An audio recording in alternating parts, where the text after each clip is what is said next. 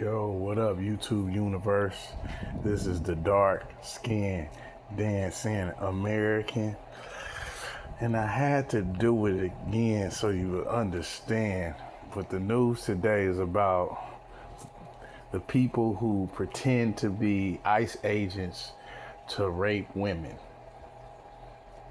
Democrats are urging the Department of Homeland Security to require immigration officials to clearly identify themselves while conducting arrests for deportation, of course, after multiple reports have emerged that include men essentially pretending to be ICE agents in order to kidnap and, in some cases, tragically rape women.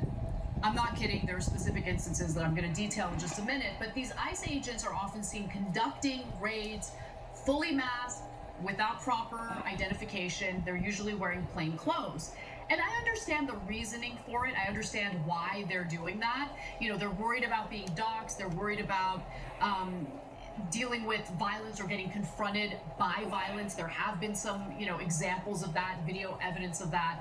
However, there's also a significant downside to doing raids and arresting people when you're in plain clothes.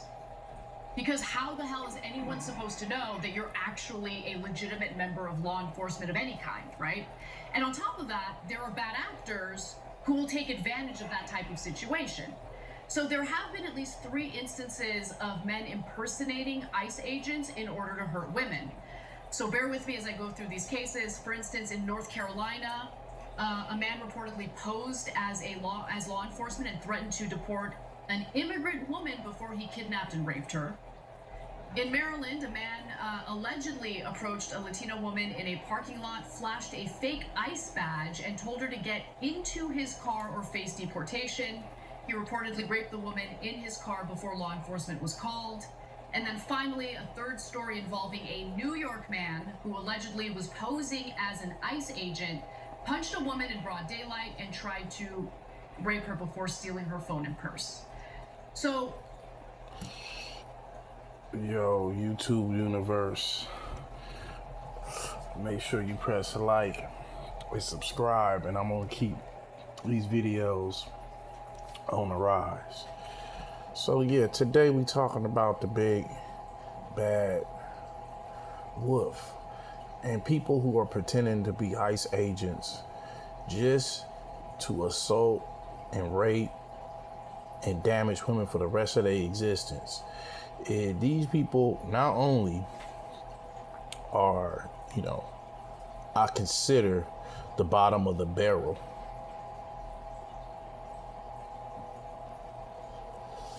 Because I look at it like this. I was raised by a true housewife. She told me, and she knew that she wasn't going to raise a rapist.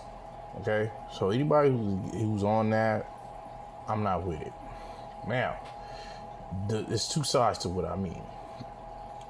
The ICE agents is really doing their job, just cleaning up the streets and basically getting illegal immigrants who are breaking the law. That's a different story. But as you can see, it's been all type of incidents going on throughout the United States. And I kind of knew that it was going to get to this point where you're going to see the most high degeneracy in the history of this country from what I'm looking at. We can say a part of it, because it's been way worse.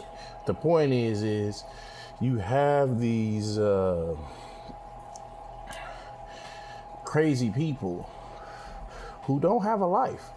Because what makes a person dress up like ICE agents, go find a woman that happens to be, a Latino descent, Latina or whatever, or, of a different race, nationality that's not from America, and go out and not only assault them in so many ways, but permanently damage them mentally and most likely physically.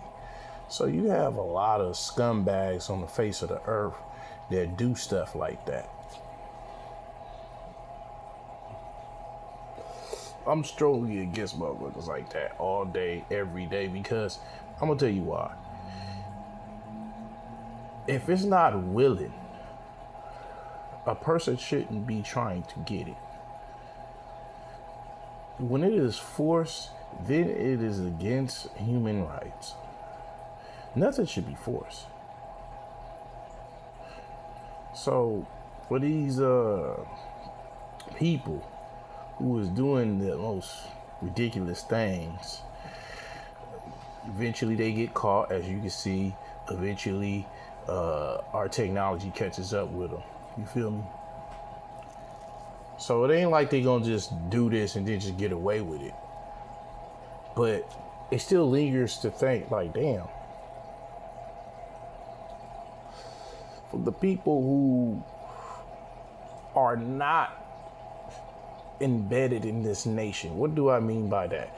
For instance, Foundational Black Americans have created the Declaration. We basically built this nation and got reparations. So we can never have to worry about all of this ridiculous stuff going on right now. You know what I'm saying? But the other ones, the other people who are non-black, Foundational Black Americans, they look so damn worried and petrified. I'm for real. I'm just being real. I'm just being honest. I ain't trying to pick at nobody. I'm just being 100%. With stuff like this going on, I see why they, stressed out, hair out. They look confused. Some don't know what to do.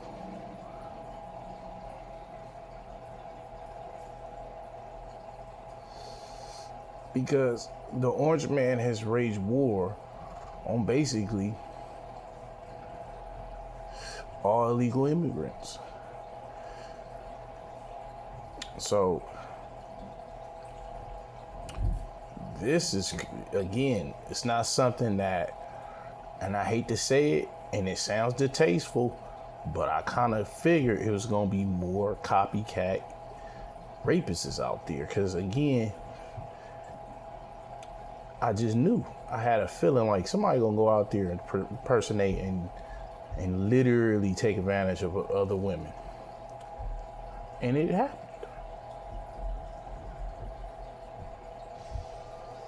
And again, that's to separate the men and women who actually uphold the law to what the federal constitutional rights are.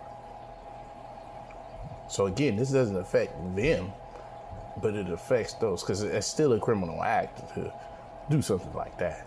It's ridiculous. But again, this is a crazy time where you see people's heads spin.